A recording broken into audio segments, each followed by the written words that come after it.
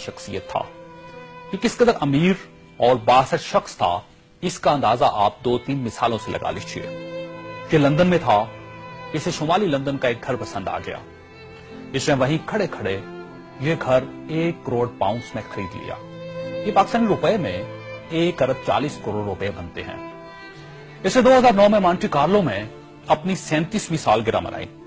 یہ دنیا کی مہنگی ترین سالگرہ تھی، جس میں روس کے المونیم ٹائکون اولیگ ڈیریپاسکا، سونے کی کانوں کے مالک پیٹر منک اور مناکو کے شہزادے البرٹ سمیت دنیا بھر کی مشہور شخصیات نے شرکت کی. یہ پینٹنگ خریدنے کا شوقین تھا. اس کے پاس اربوں ڈالر کے شاہپارے تھے اور یہ تمام شاہپارے اس کے محلات میں لگے تھے. اسے 2006 میں اسرائیلی اداکارہ اورلی وینسمین اچھی لگ گئی تو اس نے اس کے گرد دولت کے انبار لگا دیے. چنانچہ یہ اس کی گرل فرینڈ بن گئی اور یہ دنیا کی مہنگی ترین گرل فرینڈ تھی. برطانوی وزیر اعظم ٹونی بلیئر اسے اپنا ذاتی دوست کہتا تھا اور اس پر 10 ڈاؤننگ اسٹریٹ کے دروازے ہر وقت کھلے رہتے تھے. برطانوی شاہی خاندان نے اسے کئی بار بکنگم پیلس اور ونڈسر کاسل میں لنچ اور ڈنر دیے تھے. یہ لندن اور پیرس میں پلے بوائے کی زندگی گزارتا تھا اور اسے دنیا جہان کے قانون توڑ کر بہت خوشی ہوتی تھی. اس نے ایک بار پیرس کی شانزلیزے پر 120 کلومیٹر کی رفتار سے گاڑی چلا کر پوری یورپی دنیا کو حیران کر دیا اور پیرس کی سٹی حکومت کوشش کے باوجود اس کا چالان نہ کر سکی. یہ لیبیا کی انویسٹمنٹ اتھارٹی کا سربراہ بھی تھا اور یہ اتھارٹی دنیا کے کسی بھی ملک میں کسی بھی وقت $10 بلین تک کی سرمایہ کاری کر سکتی تھی اور یہ ایک بہت بڑا استحقاق تھا. اس شخص کا نام ناظرین سیف الاسلام ہے اور یہ لیبیا کے سابق حکمران کرنل قذافی کا بیٹا ہے.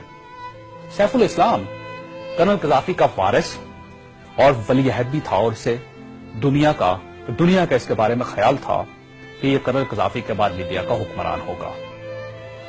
یہ اس قدر بااثر تھا کہ کرنل قذافی کو نیوکلیر پروگرام ترک کرنے پر بھی کسی نے قائل کیا تھا. اس نے بلغاریہ کے اس میڈیکل گروپ کو چھڑوانے میں بھی بڑی مدد کی تھی جس پر بچوں کو ایڈز کے ٹیکے لگانے کا الزام تھا. برلن نائٹ کلب اور لاکروبی دھماکے کے متاثرین کو معاوضہ بھی اسی کے حکم سے جاری ہوا تھا. اب میں آپ کو اس کی تازہ ترین تصویریں دکھانا چاہتا ہوں. یہ سیف الاسلام 3 ماہ پہلے لیبیا کے چھوٹے سے قصبے اباری میں چھپ گیا. یہ 2 دن پہلے 19 نومبر کو قصبے کے ایک ایسے کمرے سے برآمد ہوا جس میں باتھ روم تک نہیں تھا اور یہ بدبودار پرانے کمبل میں لپٹا تھا. اس کی انگلیوں پر پلستر چڑھا ہوا تھا اور یہ پلستر بھی اس نے خود چڑھایا تھا کیونکہ اسے ڈاکٹر تک کی سہولت حاصل نہیں تھی. یہ سیف الاسلام اس وقت لیبیا کی موجودہ حکومت کے قبضے میں ہے اور پوری دنیا میں کوئی شخص اس شخص کو پناہ دینے کے لیے تیار نہیں جو 3 ماہ پہلے تک ملکہ برطانیہ کا شاہی مہمان بنتا تھا اور ٹونی بلیئر اسے مائی فرینڈ کہتا تھا اور پیرس کی کمپنیاں اس کے لیے خصوصی خوشبو ایجاد کرتی تھی. یہ ہے سوال اور یہ تصویر دنیا کے ان تمام حکمرانوں اور ان کے خاندانوں کی عبرت کا سبق ہے جو اقتدار کو سب کچھ سمجھ لیتے ہیں اور جو اس زوم میں مبتلا ہو جاتے ہیں کہ ان کے اقتدار کا درخت ہمیشہ سبز رہے گا. یہ تصویر دنیا بھر کے حکمرانوں سے چیخ چیخ کر کہہ رہی ہے کہ جو حکمران عوام کا اعتماد کھو دیتے ہیں ان کا یہ انجام ہوتا ہے.